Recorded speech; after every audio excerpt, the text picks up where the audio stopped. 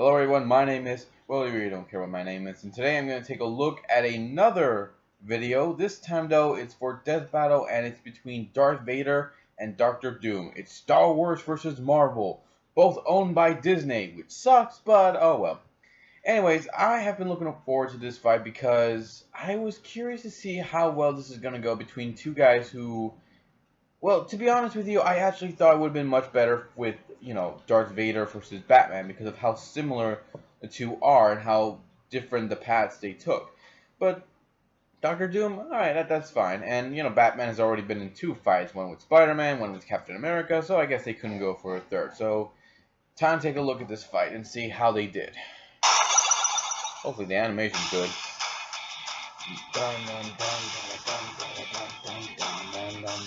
These two masters of evil are experts at bending others to their will, but beneath the mask lies the scars of their past.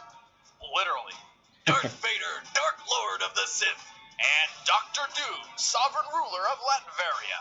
He's Wiz and I'm Boomstick, and it's our job to analyze their weapons, armor, and skills to find out who would win a death battle. Darth Vader. A long time ago, in a galaxy far, far away, this masked murderer was one of the most dangerous and respected killers among the stars. Nobody stood a chance. He was a force to be reckoned with. Nice. But before he was a Dark Lord of the Sith, he was Anakin Skywalker, an innocent child sold to slavery on the harsh desert planet of Tatooine.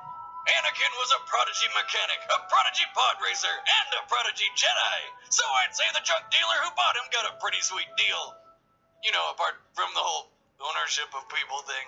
Yeah. Then Liam Neeson showed up and measured his power level to find out that this kid was the chosen one, destined to do something great that would bring balance to the all-powerful Force. Whatever the that means.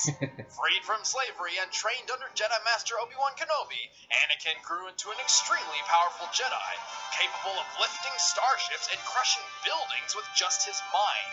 Wow. He quickly rose through the Jedi ranks to the very top, and 846? led the legendary 501st Legion in the galaxy-wide Clone Wars.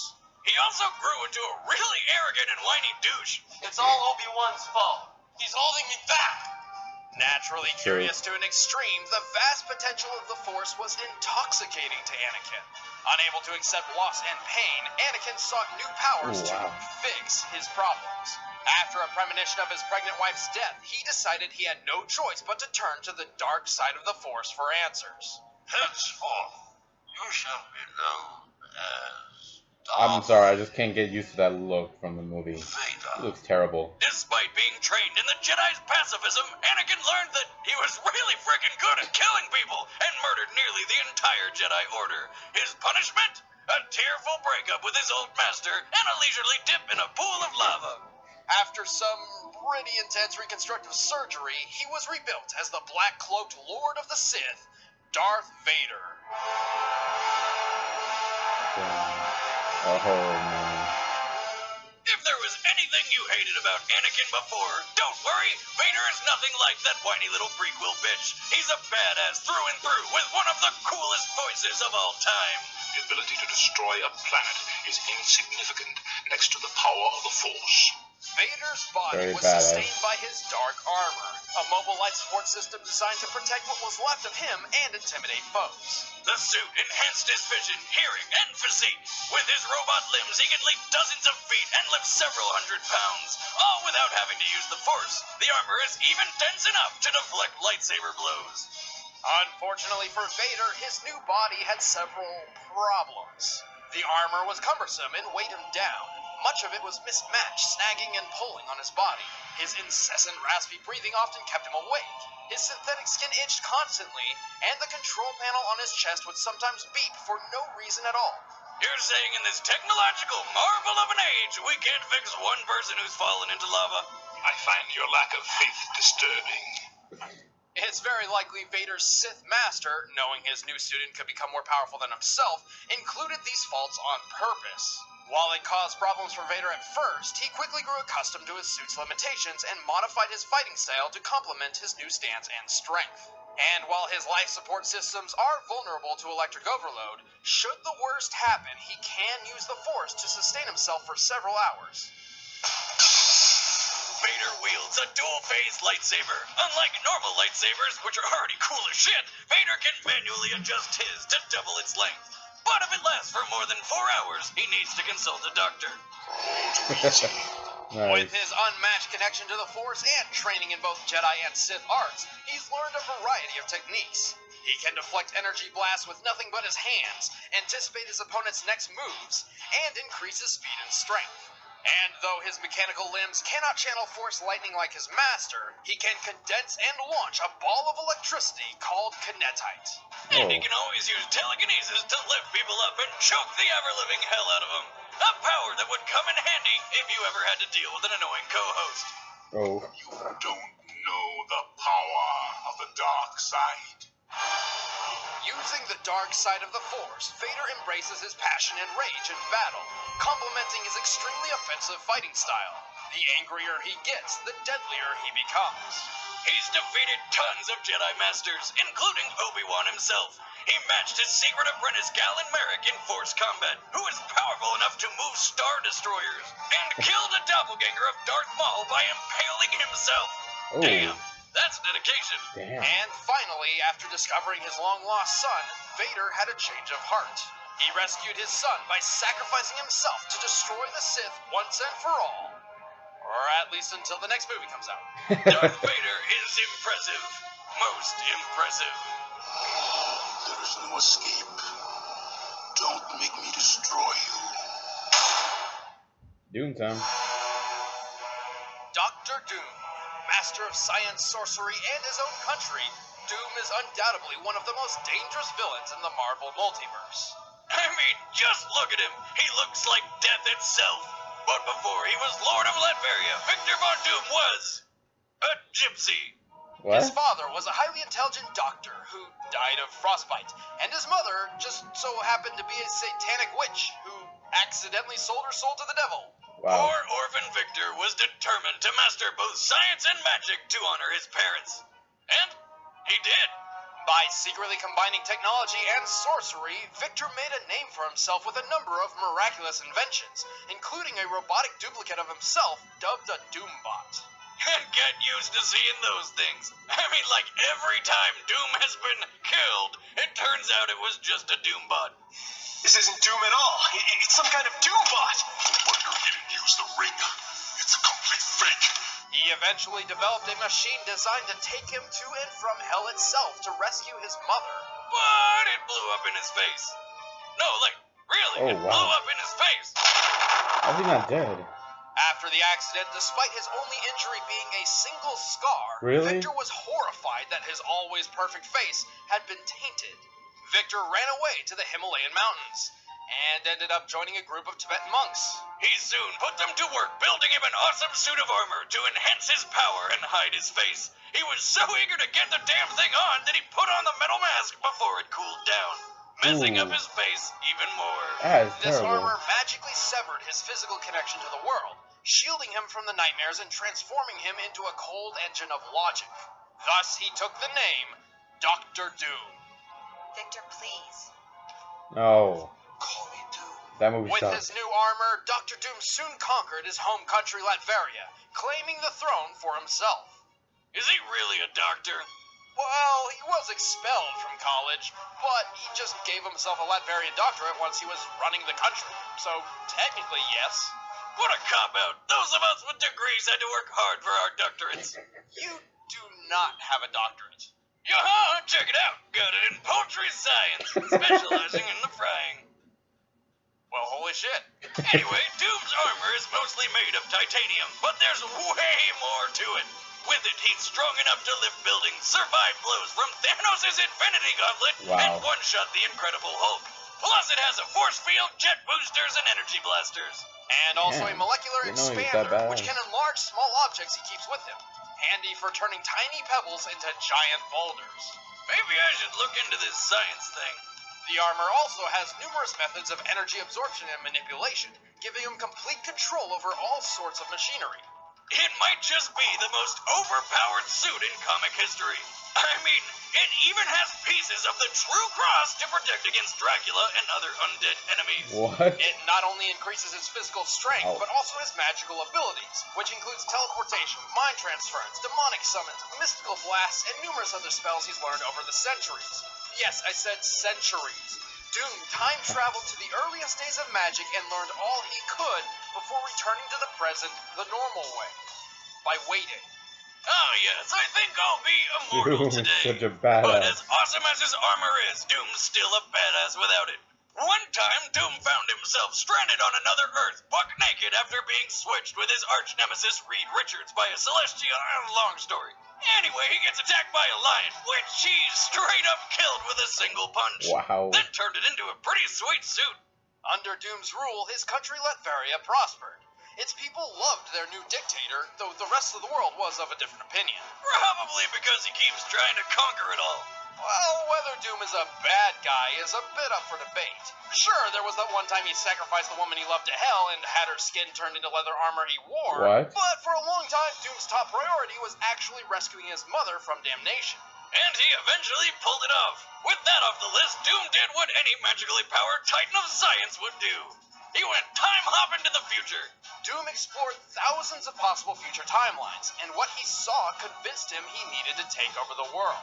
See, Doom truly believes he must conquer the world, as that is the only possible future freed from suffering and want. And he's kinda right. I mean, even the Panther God of Wakanda backed him up. Panther God, and that what? guy looked into, like, all the futures. However, despite his overwhelming power, intellect, and intentions, Doom is extremely arrogant to a fault. It's ridiculous. I can't even count how many times Doom had world domination within his grasp and then dropped the ball. I mean, one time he stole the godly power cosmic from Silver Surfer and still lost because Mr. Fantastic tricked him into flying into a power cosmic sucking force field. So But if Dr. Doom that could might just cost keep him the his fight. ego in check, nobody could ever stand in his way. Your plan to destroy them has failed, Master. Failed. Ooh. Dr. Doom does not fail. You just did, dude. All right, the combatants are set. Let's end this debate once and for Well, all. this fight's not It's short. time for a death battle! Probably is. Wasting so much time on that. Alright, let's see how this goes. Lord Vader, we ambushed the rebels orbiting Felucia, but Skywalker escaped. Again. I apologize. I shouldn't have been so hasty to begin. An unwise decision. Oh! The heck? What the hell? This farce is over. You can kill that guy.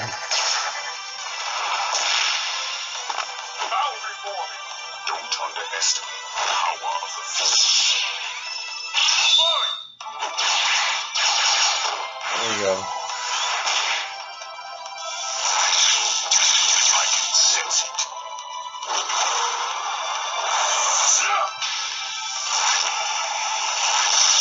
Ooh.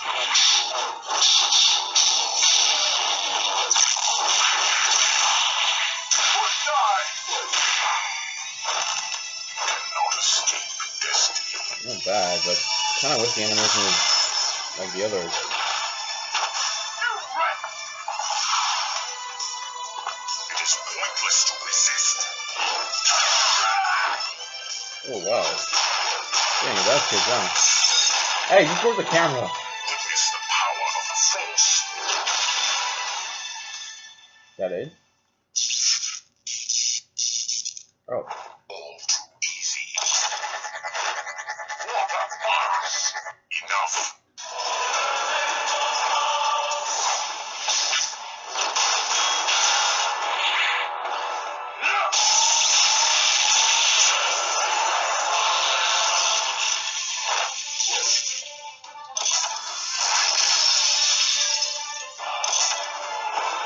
Beware my power.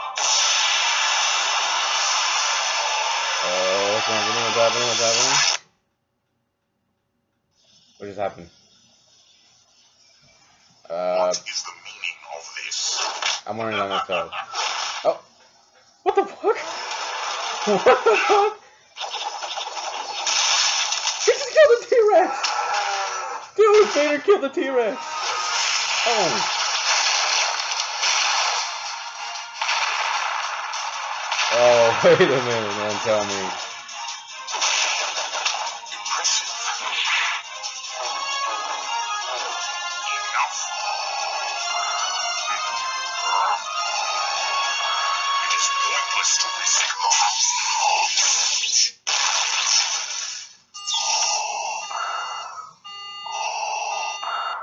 Oh, he still has the Force, so. Oh. You have no hope. Oh, wow. Who's gonna die, man?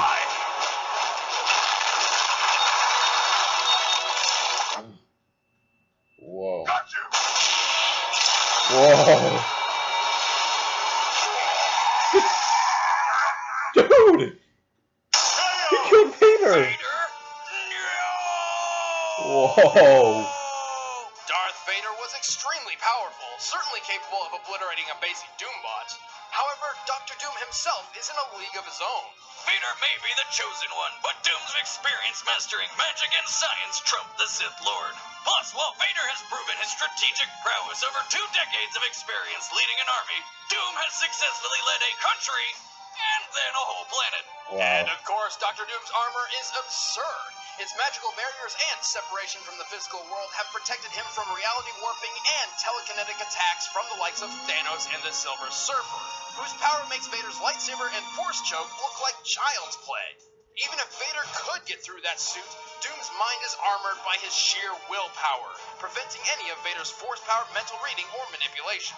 Unfortunately, Vader was forced to meet his doom. The Wow. winner is Dr. Doom. I did not see that coming. I seriously didn't.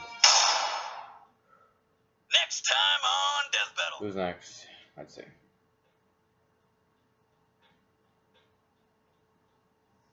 What is this? Oh, Superman. Wait, who's he going up against? Oh, are you kidding me? Oh, hell yeah. Ready for a rematch? After hundreds of thousands of requests, we are doing this. We are bringing in Super Saiyan God Goku for the rematch of the century. Yep, it's all going down live at SGC, our convention that we put on in Frisco, Texas. Oh, wow. First off, the rematch. Well, I guess after so many were bitching, moaning, and complaining about how Goku should have won, looks like we're going to have a rematch. And the animation looks amazing.